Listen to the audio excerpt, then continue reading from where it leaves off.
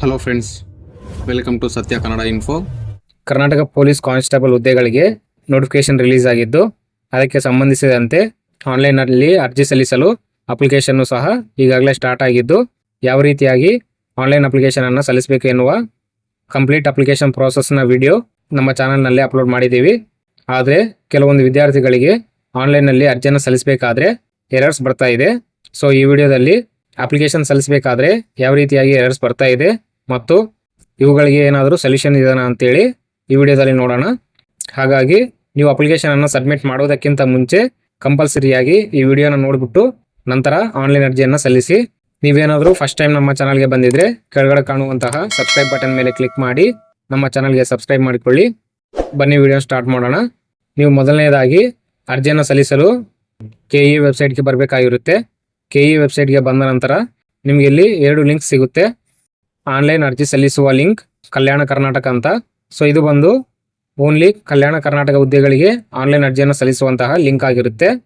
ನಿಮ್ಮ ಹತ್ರ ಹೈದರಾಬಾದ್ ಕರ್ನಾಟಕ ಸರ್ಟಿಫಿಕೇಟ್ ಇದ್ದರೆ ಕಲ್ಯಾಣ ಕರ್ನಾಟಕ ಹುದ್ದೆಗಳಿಗೆ ಅರ್ಜಿಯನ್ನು ಸಲ್ಲಿಸಬಹುದಾಗಿರುತ್ತೆ. ನಂತರ ಆನ್ಲೈನ್ ಅರ್ಜಿ ಸಲ್ಲಿಕೆ ಲಿಂಕ್ RPC ಅಂತ ಇದೆ. ಸೊ ಇದು ಬಂದು non-HK ಪೋಸ್ಟ್ಗಳಿಗೆ ಆನ್ಲೈನ್ ಅರ್ಜಿ ಸಲ್ಲಿಸುವಂತಹ ಲಿಂಕ್ ಆಗಿರುತ್ತೆ. ಸೊ ನೀವು ಯಾವ ಹುದ್ದೆಗಳಿಗೆ ಆನ್ಲೈನ್ ಅರ್ಜಿಯನ್ನು ಸಲ್ಲಿಸಿದ್ರ ಆ ಲಿಂಕ್ ಮೇಲೆ ಕ್ಲಿಕ್ ಮಾಡ್ಕೊಳ್ಳಿ. ಆದರೆ ಇಲ್ಲಿ ಅಪ್ಲಿಕೇಶನ್ ಪ್ರಾಸೆಸ್ ಎರಡಕ್ಕೂ ಸೇಮ್ ಆಗಿರುತ್ತೆ. ಇಲ್ಲಿ 2 ಅಪ್ಲಿಕೇಶನ್ ಸಲ್ಲಿಸಬೇಕಾದ್ರೂ ಸಹ ಎರರ್ಸ್ ಬರ್ತಾ ಇದೆ. ಸೊ ಇಲ್ಲಿ ಮೊದಲನೇದಾಗಿ ನೀವು ಲಿಂಕ್ ಓಪನ್ ಮಾಡ್ಕೊಂಡ ನಂತರ 5 ಸ್ಟೆಪ್ಸ್ ಸಿಗುತ್ತೆ. ಸೊ ನೀವು ಈ 5 ಸ್ಟೆಪ್ಸ್ನ ಕಂಪ್ಲೀಟ್ ಮಾಡಿದ್ರೆ ಮಾತ್ರ ನಿಮ್ಮ ಅಪ್ಲಿಕೇಶನ್ ಸಕ್ಸಸ್ಫುಲ್ ಆಗಿ ಸಬ್ಮಿಟ್ ಆಗುತ್ತೆ. ಸೊ ಇಲ್ಲಿ ಮೊದಲನೇದಾಗಿ ಸ್ಟೆಪ್ 1 ನಲ್ಲಿ ಬರುವಂತಹ ಎರರ್ಸ್ ಅನ್ನು ನೋಡೋದಾದ್ರೆ ಸ್ಟೆಪ್ 1 ಲಿಂಕ್ ಮೇಲೆ ಕ್ಲಿಕ್ ಮಾಡಿ. ಕ್ಲಿಕ್ ಮಾಡ್ಕೊಂಡ ನಂತರ ಆಧಾರ್ ವ್ಯಾಲಿಡೇಷನ್ ಪೇಜ್ ಓಪನ್ ಆಗುತ್ತೆ. ಸೊ ಇಲ್ಲಿ ನೀವು SSLC ಡೀಟೇಲ್ಸ್ ಅನ್ನ ಎಂಟರ್ ಮಾಡಬೇಕಾಗಿರುತ್ತೆ. ಇಲ್ಲಿ ಮೊದಲನೇದಾಗಿ ಈ SSLC ಡೀಟೇಲ್ಸ್ ಅನ್ನ ಎಂಟರ್ ಮಾಡಬೇಕಾದ್ರೆ SSLC ನೇಮ್ ಮತ್ತು ಆಧಾರ್ ನೇಮ್ ಮಿಸ್ ಮ್ಯಾಚಿಂಗ್ ಅಥವಾ values not matching or invalid ಅಂತ ಎರರ್ ಬರ್ತಾ ಇದೆ.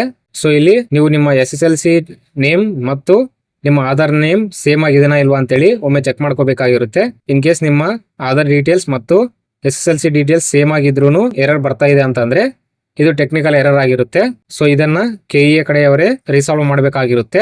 ನಂತರ ಈ SSLC ಡೀಟೇಲ್ಸ್ ಅನ್ನ ಎಂಟರ್ ಮಾಡಿಕೊಂಡು ಆಧಾರ್ OTP ಪಡೆದ ನಂತರ ಈ ರೀತಿಯಾಗಿ ನಿಮಗೆ ಅಪ್ಲಿಕೇಶನ್ ಪೇಜ್ ಓಪನ್ ಆಗುತ್ತೆ. ಇಲ್ಲಿ ನಿಮ್ಮ ಡೀಟೇಲ್ಸ್ ಅನ್ನ ಎಂಟರ್ ಮಾಡಬೇಕಾಗಿರುತ್ತೆ. ಇಲ್ಲಿ ಡೀಟೇಲ್ಸ್ ಅನ್ನ ಎಂಟರ್ ಮಾಡಬೇಕಾದ್ರೆ ರಿಸರ್ವೇಶನ್ ಕ್ಯಾಟಗರಿ ಅಥವಾ ಕ್ಯಾಟಗರಿಯನ್ನ ಸೆಲೆಕ್ಟ್ ಮಾಡ್ಕೊಂಡ ನಂತರ ಎಂಟರ್ ಕ್ಯಾಸ್ಟ್ RD ನಂಬರ್ ಅಂತ ಬರುತ್ತೆ. ಕ್ಯಾಸ್ಟ್ ಸರ್ಟಿಫಿಕೇಟ್ RD ನಂಬರ್ ಅನ್ನು ಎಂಟರ್ ಮಾಡಿದ ನಂತರ ಇಲ್ಲಿ ಕ್ಯಾಸ್ಟ್ ಸರ್ಟಿಫಿಕೇಟ್ ನಲ್ಲಿ ಇರುವಂತೆ ಡೀಟೇಲ್ಸ್ ಫೆಚ್ ಆಗಬೇಕಾಗಿರುತ್ತೆ. ಆದ್ರೆ ಇಲ್ಲಿ ಡೀಟೇಲ್ಸ್ ಫೆಚ್ ಆಗದೆ ಕ್ಯಾಸ್ಟ್ ಸರ್ಟಿಫಿಕೇಟ್ ಡೀಟೇಲ್ಸ್ ಇನ್ವ್ಯಾಲಿಡ್ ಅಥವಾ caste certificate RD number invalid ಅಂತ ಹೇಳಿ ಶೋ ಆಗ್ತಾ ಇದೆ. ಸೊ ಈ ಕ್ಯಾಸ್ಟ್ ಸರ್ಟಿಫಿಕೇಟ್ ನಲ್ಲೂ ಸಹ ಇಲ್ಲಿ ಎರರ್ ಅನ್ನೋದು ಬರ್ತಾ ಇದೆ. ಇಲ್ಲಿನೂ ಸಹ ನೀವು ನಿಮ್ಮ ಡೀಟೇಲ್ಸ್ ಕರೆಕ್ಟ್ ಆಗಿ ಎಂಟರ್ ಮಾಡಿದ್ರ ಅಂತ ಚೆಕ್ ಮಾಡ್ಕೋಬೇಕಾಗಿರುತ್ತೆ. In case correct details enter ಮಾಡಿದ್ರು ಸಹ ಈ ರೀತಿಯಾಗಿ ಎರರ್ ಬಂದ್ರೆ ಇದು ಟೆಕ್ನಿಕಲ್ ಎರರ್ ಆಗಿರುತ್ತೆ. ನಂತರ ಇನ್ನು ಉಳಿದಂತಹ ಡೀಟೇಲ್ಸ್ ಅನ್ನು ಎಂಟರ್ ಮಾಡಿಕೊಂಡು ಈ ಕ್ವಾಲಿಫಿಕೇಶನ್ ಸೆಕ್ಷನ್ ಗೆ ಬಂದಾಗ ಸೆಲೆಕ್ಟ್ ದಿ ಕ್ವಾಲಿಫಿಕೇಶನ್ ಅಂತ ಇದೆ. ಈ ಸೆಲೆಕ್ಟ್ ದಿ ಕ್ವಾಲಿಫಿಕೇಶನ್ ಆಪ್ಷನ್ ಮೇಲೆ ಕ್ಲಿಕ್ ಮಾಡಿದಾಗ ಇಲ್ಲಿ PUC ಅಥವಾ ಅದರ್ಸ್ ಅಂತ ಆಪ್ಷನ್ಸ್ 2 ಆಪ್ಷನ್ಸ್ ಬರಬೇಕಾಗಿತ್ತು. ಆದ್ರೆ ಇಲ್ಲಿ ಯಾವುದೇ ರೀತಿಯಾಗಿ ಆಪ್ಷನ್ಸ್ ಶೋ ಆಗ್ತಾ ಇಲ್ಲ. ಸೊ ಈ ರೀತಿಯಾಗಿ ಕ್ವಾಲಿಫಿಕೇಶನ್ ಅಲ್ಲೂ ಸಹ ಇಲ್ಲಿ ಎರರ್ಸ್ ಬರ್ತಾ ಇದೆ. ಈ ಎರರ್ ನಲ್ಲಿ ಕ್ವಾಲಿಫಿಕೇಶನ್ ಸೆಲೆಕ್ಟ್ ಆಗಿಲ್ಲ ಅಂತಂದ್ರೆ ನಿಮ್ಮ ಅಪ್ಲಿಕೇಶನ್ ಮುಂದೆ ಹೋಗೋದೇ ಇಲ್ಲ. ಇನ್ ಕೇಸ್ ಇಲ್ಲಿ ಕ್ವಾಲಿಫಿಕೇಶನ್ ಡೀಟೇಲ್ಸ್ ಶೋ ಆಗಿ ನೀವು ಕ್ವಾಲಿಫಿಕೇಶನ್ ಅನ್ನ ಸೆಲೆಕ್ಟ್ ಮಾಡ್ಕೊಂಡ್ರು ಸಹ ಮುಂದೆ ಹೋದ್ರೆ ಈ 30ನೇ ಆಪ್ಷನ್ ನಲ್ಲಿ ಎಂಟರ್ ಇನ್ಕಮ್ ಡೀಟೇಲ್ಸ್ ಅಥವಾ ವಾರ್ಷಿಕ ಆದಾಯ ಎನ್ನುವ ಒಂದು ಆಪ್ಷನ್ ಇತ್ತು. ಸೊ ನೀವು ಅದನ್ನ ಸ್ಕ್ರೀನ್ ನಲ್ಲೂ ಸಹ ನೋಡಬಹುದು. ಈ 30ನೇ ಆಪ್ಷನ್ ಬಂದು ಇನ್ಕಮ್ ಅನ್ನ ಇಲ್ಲಿ ಎಂಟರ್ ಮಾಡುವಂತಹ ಆಪ್ಷನ್ ಇತ್ತು. ಆದ್ರೆ ಈಗ ಈ ಆಪ್ಷನ್ ಶೋ ಆಗ್ತಾ ಇಲ್ಲ. ಈ ಆಪ್ಷನ್ ಅನ್ನ KE ಕಡೆಯವರೇ ರಿಮೂವ್ ಮಾಡಿದಾರ ಅಥವಾ ಟೆಕ್ನಿಕಲ್ ಎರರ್ ಇಂದ ಶೋ ಆಗ್ತಿಲ್ವಾ ಅಂತೇಳಿ ಇಲ್ಲಿ ಗೊತ್ತಾಗ್ತಾ ಇಲ್ಲ. ಸೊ ಇಲ್ಲಿ ಈ ಇನ್ಕಮ್ ಆಪ್ಷನ್ ಸಹ ಇಲ್ಲಿ ಶೋ ಆಗ್ತಾ ಇಲ್ಲ. ನಂತರ ಇದನ್ನು ಹೊರತುಪಡಿಸಿ ನಿಮ್ಮ ಅಪ್ಲಿಕೇಶನ್ ಪ್ರಾಸೆಸ್ ಮುಂದೆ ಹೋದ್ರೂ ನಿಮ್ಮ ಅಪ್ಲಿಕೇಶನ್ ಪ್ರಿವ್ಯೂ ಅನ್ನ ಚೆಕ್ ಮಾಡಿಕೊಂಡು ಈ ಸಬ್ಮಿಟ್ ಆಪ್ಷನ್ ಮೇಲೆ ಕ್ಲಿಕ್ ಮಾಡಿದ ನಂತರ ಈ ರೀತಿಯಾಗಿ oops ಸಮಥಿಂಗ್ ವೆಂಟ್ ರಾಂಗ್ ಅಂತ ಬರ್ತಾ ಇದೆ. ಈ ಪ್ರಾಬ್ಲಮ್ ಬಂದು ಇಲ್ಲಿ ಬಹಳ ವಿದ್ಯಾರ್ಥಿಗಳಿಗೆ ಬರ್ತಾ ಇದೆ. ಇದು 3-4 ಡೇಸ್ ಇಂದಾನು ಇದೇ ರೀತಿಯಾಗಿ ಶೋ ಆಗ್ತಾ ಇದೆ. ಇದಕ್ಕೆ ಸಂಬಂಧಿಸಿದಂತೆ 11ನೇ ತಾರೀಕಿಗೆ KE ಹೆಲ್ಪ್ ಲೈನ್ ನಂಬರ್ಗೆ ಕಾಲ್ ಮಾಡಿ ಕೇಳಿದ್ರೆ 2-3 ಡೇಸ್ ನಲ್ಲಿ ರಿಸಾಲ್ವ್ ಆಗುತ್ತೆ ಅಂತ ಹೇಳಿದ್ರು. ಆದ್ರೆ ಇದುವರೆಗೂ ಇದನ್ನ ರಿಸಾಲ್ವ್ ಮಾಡಿಲ್ಲ. ಅದರ ಬದಲಾಗಿ ಇನ್ನೂ ಬೇರೆ ಬೇರೆ ರೀತಿಯಾದಂತಹ ಎರರ್ಸ್ ಬರ್ತಾ ಇದೆ. ಇನ್ ಕೇಸ್ ಇಲ್ಲಿ ನಿಮ್ಮ ಫಸ್ಟ್ ಸ್ಟೆಪ್ ಕಂಪ್ಲೀಟ್ ಆಗಿ ನಿಮ್ಮ ರಿಜಿಸ್ಟ್ರೇಷನ್ ಸಕ್ಸಸ್ಫುಲ್ ಆದ್ರೆ ಈ ರೀತಿಯಾಗಿ ನಿಮಗೆ ರಿಜಿಸ್ಟ್ರೇಷನ್ ಸಕ್ಸಸ್ಫುಲ್ ಅಂತ ಪೇಜ್ ಓಪನ್ ಆಗುತ್ತೆ ಮತ್ತು ಇಲ್ಲಿ ನಿಮ್ಮ ಅಪ್ಲಿಕೇಶನ್ ID ಮೆನ್ಷನ್ ಆಗಿರುತ್ತೆ. ಇಲ್ಲಿ ಕೊಟ್ಟಿರುವಂತಹ ಅಪ್ಲಿಕೇಶನ್ ID ಅನ್ನ ನೀವು ಕಂಪಲ್ಸರಿಯಾಗಿ ಸೇವ್ ಮಾಡ್ಕೋಬೇಕಾಗಿರುತ್ತೆ. ಇಲ್ಲಿ ಕೊಟ್ಟಿರುವಂತಹ ಅಪ್ಲಿಕೇಶನ್ ID ಅನ್ನ ಎಲ್ಲಾದ್ರೂ ಬರ್ಕೊಳ್ಳಿ ಅಥವಾ ಈ ಪೇಜ್ ಅನ್ನ ಸ್ಕ್ರೀನ್ ಶಾಟ್ ತೆಗೆದುಕೊಳ್ಳಿ. ನೀವು ಈ ಅಪ್ಲಿಕೇಶನ್ ID ಅನ್ನ ಎಲ್ಲಾದ್ರೂ ಬರ್ಕೊಂಡಿಲ್ಲ ಅಂತಂದ್ರೆ ನೀವು ಮುಂದಿನ ಸ್ಟೆಪ್ಗೆ ಅಪ್ಲಿಕೇಶನ್ ಸಬ್ಮಿಟ್ ಮಾಡೋದಕ್ಕೆ ಆಗೋದೇ ಇಲ್ಲ. ಹಾಗಾಗಿ ಈ ಅಪ್ಲಿಕೇಶನ್ ಐಡಿಯನ್ನ ಕಂಪಲ್ಸರಿಯಾಗಿ ಸೇವ್ ಮಾಡ್ಕೊಳ್ಳಿ. ನಂತರ ಈ ಅಪ್ಲಿಕೇಶನ್ ಐಡಿ ಬಂದ್ರೂ ಈ ಸೆಕೆಂಡ್ ಸ್ಟೆಪ್ ನಲ್ಲಿ ಕೆಲವೊಂದು ವಿದ್ಯಾರ್ಥಿಗಳಿಗೆ ಈ ಫೋಟೋ ಮತ್ತು ಸಿಗ್ನೇಚರ್ ಅಪ್ಲೋಡ್ ಮಾಡಬೇಕಾದ್ರೆ ಅಲ್ಲಿನೂ ಸಹ ಎರರ್ ಬರ್ತಾ ಇದೆ.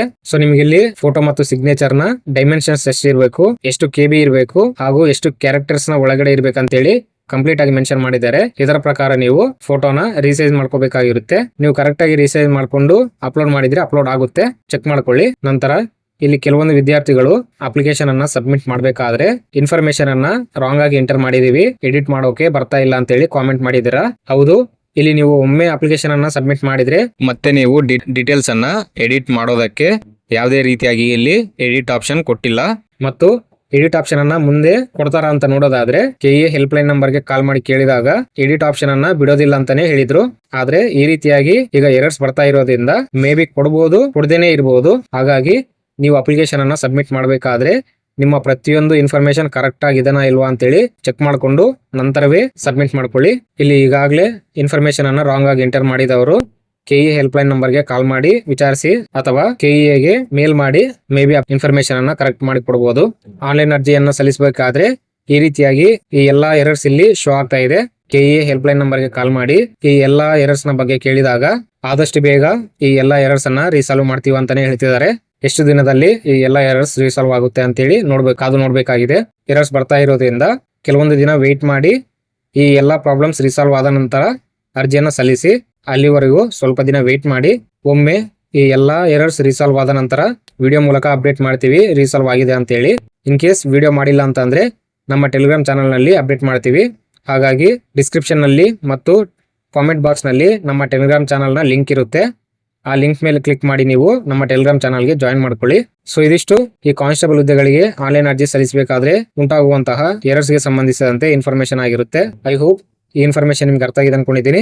ಈ ವಿಡಿಯೋ ನಿಮ್ಗೆ ಇಷ್ಟ ಆಗಿದ್ರೆ ವಿಡಿಯೋಗೊಂದು ಲೈಕ್ ಮಾಡಿ ಮತ್ತು ಇದೇ ರೀತಿಯ ಇನ್ಫಾರ್ಮೇಟಿವ್ ವಿಡಿಯೋಸ್ಗಾಗಿ ಕೆಳಗಡೆ ಕಾಣುವಂತಹ ಸಬ್ಸ್ಕ್ರೈಬ್ ಬಟನ್ ಮೇಲೆ ಕ್ಲಿಕ್ ಮಾಡಿ ನಮ್ಮ ಚಾನಲ್ಗೆ ಸಬ್ಸ್ಕ್ರೈಬ್ ಮಾಡಿಕೊಳ್ಳಿ. ಮುಂದಿನ ವಿಡಿಯೋದಲ್ಲಿ ಸಿಗೋಣ. Thank you.